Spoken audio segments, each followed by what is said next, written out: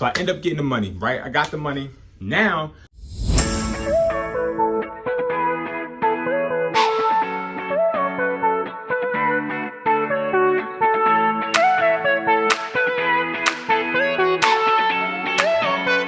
what's up, y'all? You already know, it's your boy be back with another video, man. You guys, I've been looking all over for you because I want to talk to you guys about what you need to do before you start buying phones. So before you go ahead and start buying phones, you need to make sure you're doing this. I had a nice call with a few people yesterday. If you haven't already, man, make sure you book a call with me if you have any questions, concerns, or you want to go over business strategies, or you want to go over marketing, promotion, whatever, flyers, all that.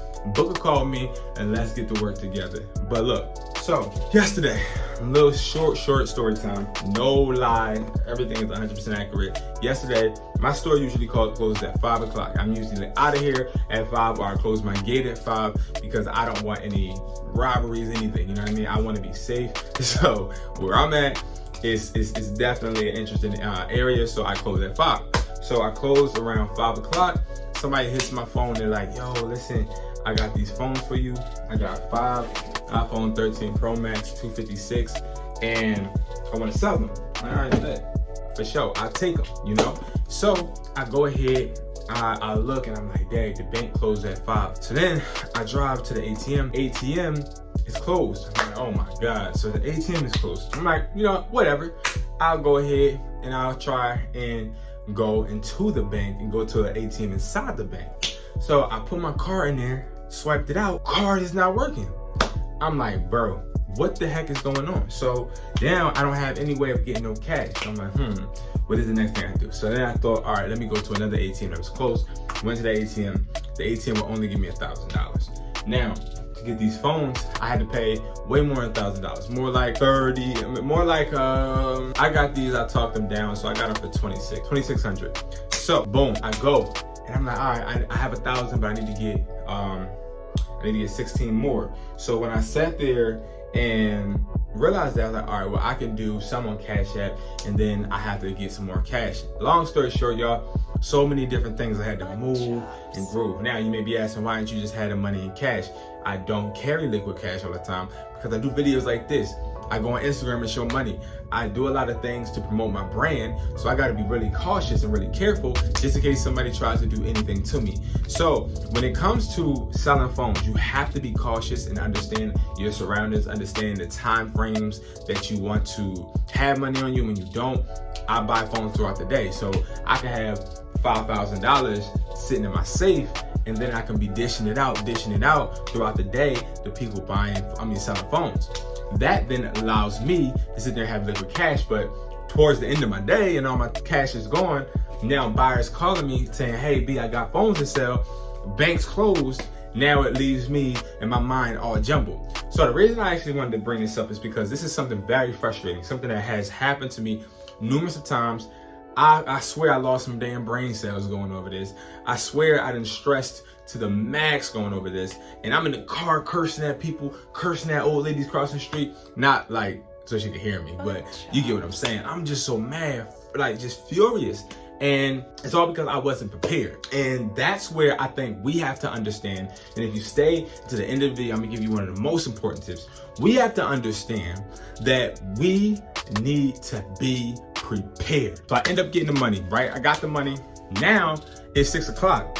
And now I'm waiting for the seller to come to my store. Tell me how, y'all, this guy took around, I lied to you not, around 3.5 hours to get here. So now I'm like, well, damn, like I ain't had to stress, I ain't have to scramble. So the reason I'm telling you guys this story is because this is what happens when it comes to buying phones or when it comes to any type of transaction. So I want you guys to start to understand the urgency of staying prepared, staying ready, okay? Something that I learned from experience. I just want to bring it to you guys, reflect it to you guys, because I don't want you guys to be in this situation. So, right, these phones made me a great profit. But the stress that I had to deal with was unnecessary. So let's start with sickw.com. If you are somebody that goes and you take part in my phone flipping course, you already know about SickW.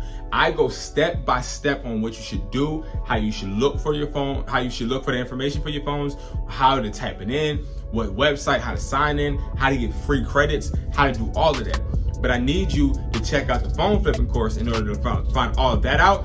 But what I want you guys to see is that every phone has an IMEI on it, okay? IMEI on it, every phone. Now, these phones that have IMEIs, they tell you everything. They tell you everything about the phone. When the phone was SICW tells you when the phone was purchased, if it was used with AppleKit, how many times it was fixed by Apple, everything. And you get to now gain the concept of, is this person actually being honest? Is this a genuine iPhone?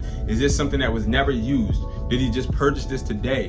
What about the phone is needed to be known?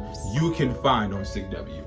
Now, make sure when you're going on SICW that you are checking thoroughly and you are making sure that it is as described, okay? Now, I use this with new phones. I use this with used phones. You can use it with both kinds of phones. You can use it with iCloud lock phones. You can use it with Androids. You can use it with anything. SICW.com, okay? That is what you want to use first. So when he arrives to the store and he hands me these phones, before I give him any money, before I give him any cash, I am looking on SICW.com, making sure everything is as described, okay? Now, if everything's described, what I do, I separate my money. So now, before he got there, I took my money and I put it in rubber bands. So I separated by 1,000. So if I'm giving him 3,000, it's gonna be 3 stacks, okay, of 1,000, okay? Now the reason for this is because if he is someone that wants to count it in front of me, I don't want to waste time with this person in my store with this amount of cash for a long time. I want you to get in and out. And the reason why I want him to get in and out is because I don't want to put myself in any danger. Maybe, hey, he is plotting and he's counting cash and his friend's supposed to come behind him when I unlock the door. I never know. So I always want to make it as easy as possible. So if he wants to count the money, I say it's 1,000 each stack, you can count them. Now with 20s, you already know that's gonna be 50 20s. So boom, now, hey, all you gotta do, bro, is count 50 20s. Now he counting them out faster. Make sure you have your money in order because that will decrease the time the person is in front of you, okay? And then next, okay? Next is making sure that you are having a payment method. Now, let's say you cannot just do all cash. I want you to make sure before they come, you ask them, hey, do you have Apple Pay? Do you have Cash App?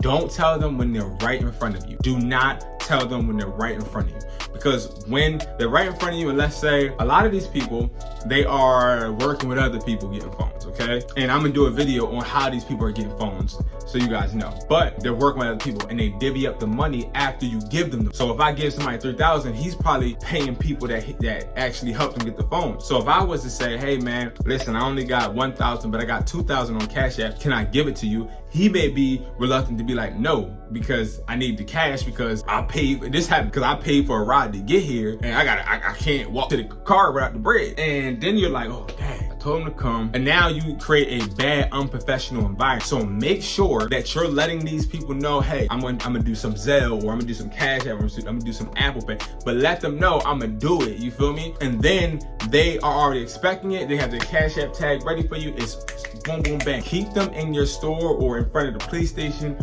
or wherever you're meeting them at and get it done fast. Last but not least, okay, this is one of the most important ones, okay? I know a lot of phone buyers that got robbed. Now, this has not been recent, but I know a phone buyer who actually, we used to let people go in his car. And when he let people get in his car one time, guy got in his car and put something right next to his stomach and was like, give me all your money. And he, instead of giving all the money, he drove into McDonald's, I believe. Now, this is the last one. Make sure it's only one person that you allow to meet with you. Do not allow it to be no more than that. Now, if I have a good rapport with this person, I will allow maybe him and another person. I will not allow no more than one person usually in my store. And in my store, I have a buzzer for people to get in. Now, I have 2 doors for you to come into before you even get to the buzzer. So if the person was trying to wait for me to hit the buzzer and the other person trying to go, I'm already good. You know what I mean? Because I already see that you got another person trying to rush in. I'm good. You feel me? I'm good. I know I can anticipate what's going to happen. So I want you guys to remember This is the most important. Whatever you do, no matter if you check the IMEI, no matter if you make sure that your money is straight, no matter if you make sure the phones are sealed, no matter if you make sure the phones are in great condition, no matter if you make sure that the screen's not scratched, that the camera's not cracked, that the port is good, that the SIM card tray is good, no matter any of that, it does not matter if you're not safe. So for real, I watched a couple videos and they're telling you, hey, make sure you check the IMEI. Make sure you do this. I want you to know, make sure you're safe. That's it. That's the most important thing is your life. Make sure that you're safe when you're doing stuff like this, because you got to think. If I have somebody that wants to sell me phones, they already know how much I'm paying them. Therefore, they already know I got the money. So you're an easy hit. You're an easy, what they call nowadays, lick. You're an easy lick. So I want you to make sure you're being smart, okay? Be smart.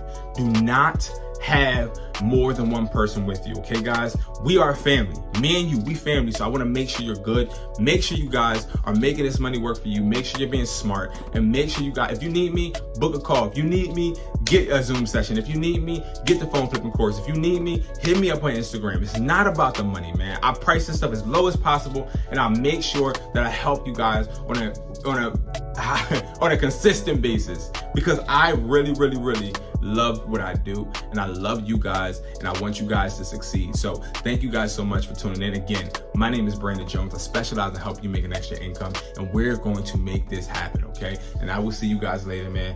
Peace.